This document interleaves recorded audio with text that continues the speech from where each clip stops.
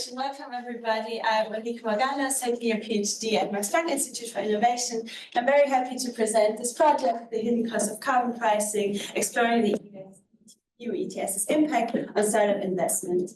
This is joint work with and my supervisor, Benedict Forbes. And in fact, this is very early stage work. This is the first time this is presented externally, so your comments still have very much the power to impact where this product can go. So I don't have to motivate this crowd that climate change creates urgent economic and environmental risks. We can think about direct and indirect effects, productivity effects, health impacts, and net zero targets are essential in mitigating those risks. And as maybe Johannes motivated perfectly, in order to reach those net zero targets, we need large-scale innovation in clean technologies, as we need radical shifts in a lot of sectors of the economy. And now startups play a critical role, and they also played it in the past in developing and bringing those projects, these products to the market, for example, in carbon capture and storage. But based on the nature of the startup, they face financial constraints, they are dependent on their investors. So now the climate policies that try to aim at implementing the net zero targets, they often target incumbent firms, large firms. But I want to argue here that spillover effects are or remain underexplored, especially in the context of startup ecosystems. So this raises the key question: how do climate policies shape green startup financing? And in particular, I want to look at this in the context of carbon pricing. So with this paper, I want to answer the question, how does carbon pricing affect investments into green startups? And in particular, I want to study this in the context of the EU ETS. I will present to you today a difference in difference identification strategy that uses a potentially unexpected threefold increase in the carbon price as a shock. And basically, all you need to know about this paper, what I find, maybe unexpectedly, is that for those firms that were particularly affected by this threefold increase, I find a 3.6 percentage point decrease in their share of green investments. What this means is that those firms that were affected by this shock decreased their share of green investments by 62% compared to the pre-treatment period. I find that those results are particularly driven by early VC investments, in particular seed and Series A funding, so the very earliest stages, while I don't find any robust effects on later stages, and I also don't find any effects on acquisition. All right, so let's get into it. I contribute to the broad literature on directed technological change, that innovation responds to regulation, that regulation can steer the direction of where innovation can go, and then also obviously to the Porter hypothesis, which basically states that when regulation is implemented, this might potentially increase innovative efforts. Then also the ETS has been studied extensively also in the context of innovation, but there mostly the focus is on the regulated firms and their patenting activity or their R&D investments. So what I want to add to this literature is the spillover effects that a regulation can have onto startups. And then I also contribute to the broad literature on climate tech startups, how they contribute to climate change mitigation. And basically this third strand of literature basically motivates why this is an important outcome to look at. How I do this is that I combine the EU ETS registry data, which gives me the number of allowances, the emissions, if firms comply, and also the type of industry, with Crunchbase and DRUM, which is funding data. I will also be able to link a subset of my data set to orbits. So this link between the EU ETS and the Crunchbase and DRUM dataset has never been done before, since there's no unique identifier. If you want to know more about how I did it, I'm happy to chat over coffee. And so basically what I find is that around 16.7% of all companies that are regulated within the ETS have ever invested into at least one startup, since the database captures it. This is around what we would expect. We might have even expected it to be a bit lower. And we tested if this match might be good on a sample of n equals 200 right now, and there the precision was was 100%. So what are my main outcome variables? So I'm interested in the share of green investments, how I define green versus non-green investments. I will get to that in a second. But then I also do not only look at the share, but also at the number of investments per year, the number of green investments per year. But then also, what does the number really say? What's actually important is the funding amount. So I can also look at the funding volume into green, and the share. And what makes this more interesting is that I can break this down by the different funding routes. Any questions so far, maybe? All right, then how I classify green startups is my main approach right now is language-based, that I take the company description and I basically use an LLM to classify a startup into emission-related or non-emission related. And I also have a broader classification, which is it environmentally sustainable or not? As a robustness check, those startup databases, they also provide tags for each startup. So I hand code the tags, which I find are emission related or not, and basically the results are exactly the same. So I will implement a difference in difference identification strategy. I will get to the shock in a second, and it's standard errors are clustered at the investor level, and so yeah. What's a T here? And it's a year. How long are you looking? I mean, one might expect that the dynamic effects are important here. But on the previous slide where you're defining the sorry, go back to one more. Here, where you're targeting emissions reductions, is there any sense in which you can classify these according to the time scale over which they might have an impact? If you're thinking about, it would be useful to say something about the dynamics. Yeah. How green classification may change over time. No, so here, something like CCS, we might expect to be a very long horizon type of an investment. I don't know what else is captured within these categories, but whether there's some way of the decision is not just about the greenness, but about other dimensions that might be correlated with some of these. And I wondered if you think about those sorts of things. The approximate question was a clarification question, but that's at the level of a year, and how long should we be thinking of these effects over? The reason I ask is because I think there are important dynamic patterns that might be interesting to think about. So what I will do, or I will take the whole phase 3, so since 2013 as the pre-treatment year, and you will already there see a pretty significant increase of how many firms invest into green startups. Yeah, but I will write this down. Thank you very much.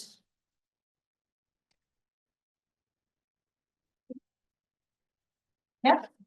Maybe it's just a jet lag talk here, but can you define what is you call treatment? In a second. Okay, good. Yeah.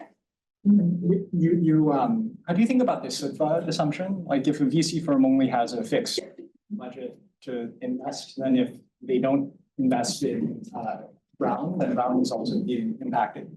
So the way I think about this is the decision of one firm that is affected by this carbon shock that I will explain more in a second does not impact another firm's decision into investing into green startups. That's how I think about it. It's a cross VC firm. Yeah, cross VC firm. Yes. All right, so my treatment in this case is the movement from phase 3 to phase 4 in the ETS that had this, I want to argue, unexpected increase, threefold increase in the carbon price. So as you already see in this graph, the futures can already give an indication of the expectation how the carbon price would develop. But we also see from anecdotal evidence that different firms didn't think that it would increase as much as it did. So here, for example, it says it's really crazy, it's going up too fast to be sustainable, it's never been more expensive to pollute. And in the first one, it says we think we need to keep calm, we don't think that the situation will be lasting long. And what's important to understand here is that this price increase is not simply due to the mechanical shift of moving from phase 3 to phase 4, where the total number of allowances was reduced, but there were a lot of other things going on that were unexpected, which made the carbon price rise. such as the cold weather at the beginning, the rise in gas price in 2021, but then also there's this literature on announcement effects that the European Commission announced, for example, the Fit for 55 package, which reinforced the kind of stability of the ETS. And there's also the debate around the role of speculation that investors saw that the carbon price is rising and that might have increased the price as well. But what's important here is the rise or the expectation of, these all look like things that the market might have perceived to have been short-lived. So Does that matter for yours? Identification. I want to say no, because I used the year 2021 as the shock, and I will argue that I will have a treatment group which is affected by this shock compared to a control group which is not affected by this. That their decision-making shouldn't be then reflecting some forward-looking expectation about what the price would do once these subside. Yeah. I mean, couldn't it happen to the other firms as well? If the price process has changed, you know, it has a site component, it has a time component, and as Claire is saying, you know, the relevant thing is the expected price right at the horizon at which you are investing now. Yeah, I definitely need to think about expectations and if the shock is perceived as persistent or.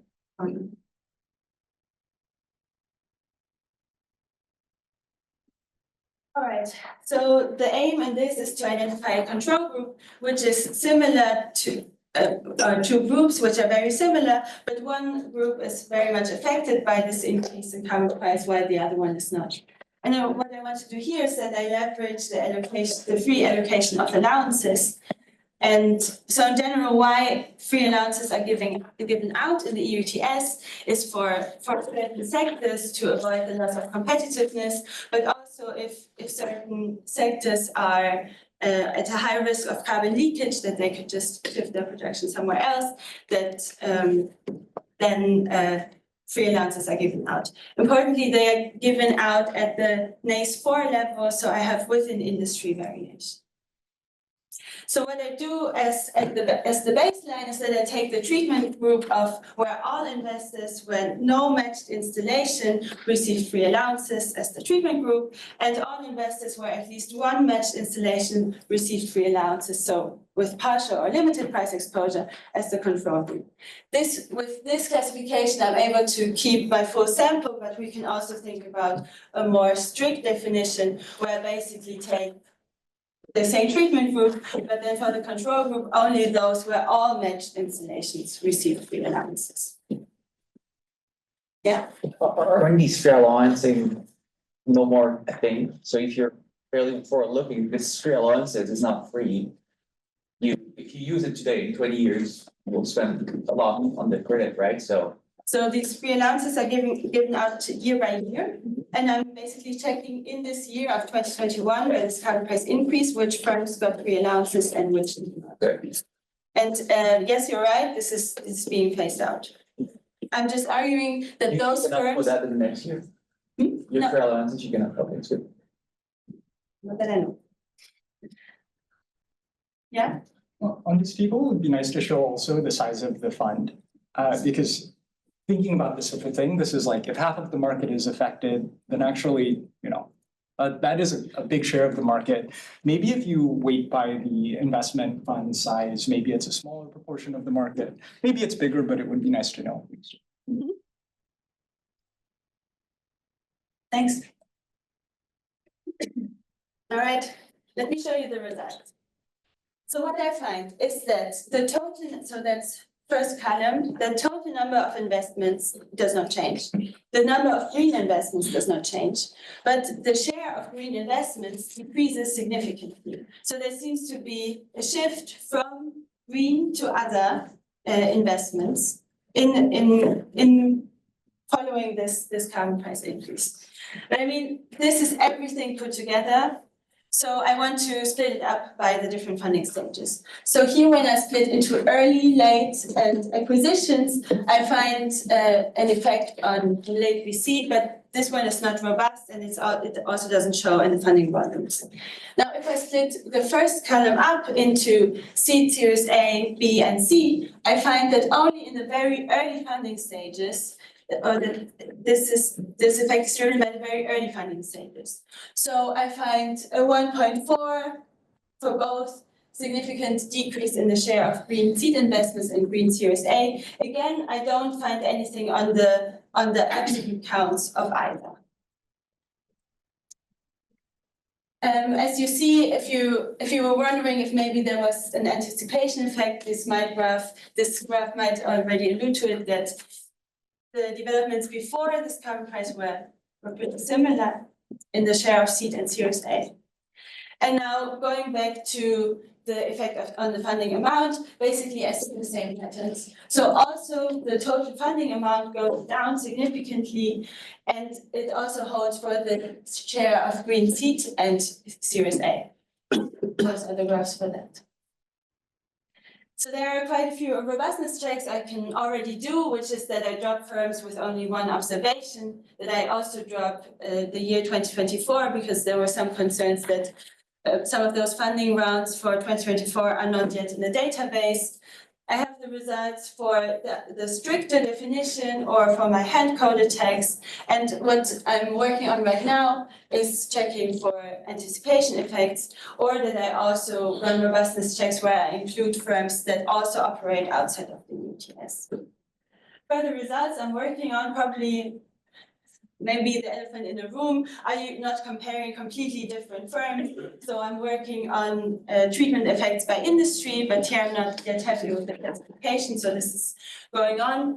And then also I'm thinking about leveraging a rule change that also happened at the same time, which might have introduced some random variation in who received the free allowances, because the threshold also changed during that year.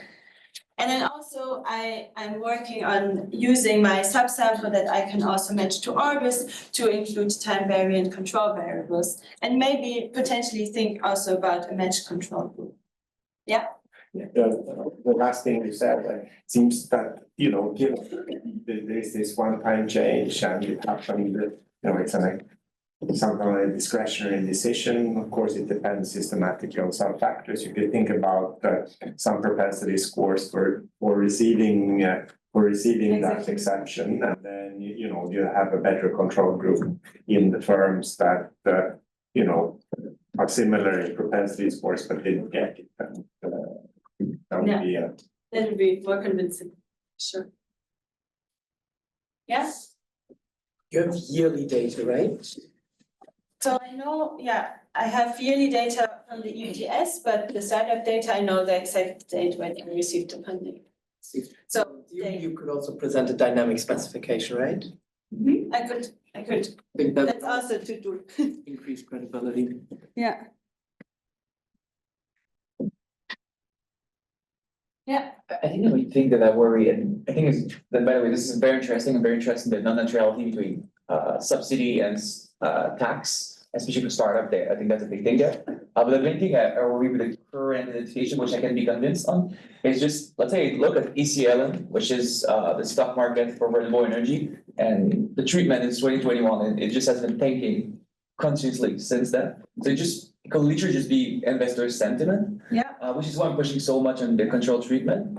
So I think there's ways to convince the audience that this is not an industry thing, but it's like specifically for them. But I've not been convinced yet. I think it's I will not talk more about that.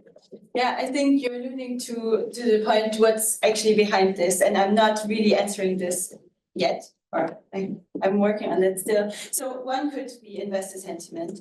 Another argument could be the financial constraints, that suddenly those firms face higher costs and then have to shift internally to compliance costs, to internal R&D. But you're absolutely right. Right now do not know anything how to explain this effect. What would, before you did all this, what would be your expectation? indication of the direction of the. I expected it to be positive. So I expected it to have something like a saliency effect. All of the literature of the regulation and innovation, and most of it is positive, especially in the context of the EU ETS. So what I would have expected was that the carbon price increases, firms get more aware, and then they might invest more into startups, also in the very early stage ones where exactly those technologies are needed. So I was very surprised, and I was surprised by how robust this effect is. So whatever I do, this effect doesn't go away. Is that what you would have expected too? Yeah, exactly. That was my expectation. Yeah. Right. How much time? Yeah, so this is my conclusion. The key result, what I take from this is that the increase in the carbon price actually had a negative effect on startup investments, particularly in the very early stages, so potentially the most risky investments, and that I don't find effects on late VCs and also no effects on acquisitions. Thank you very much.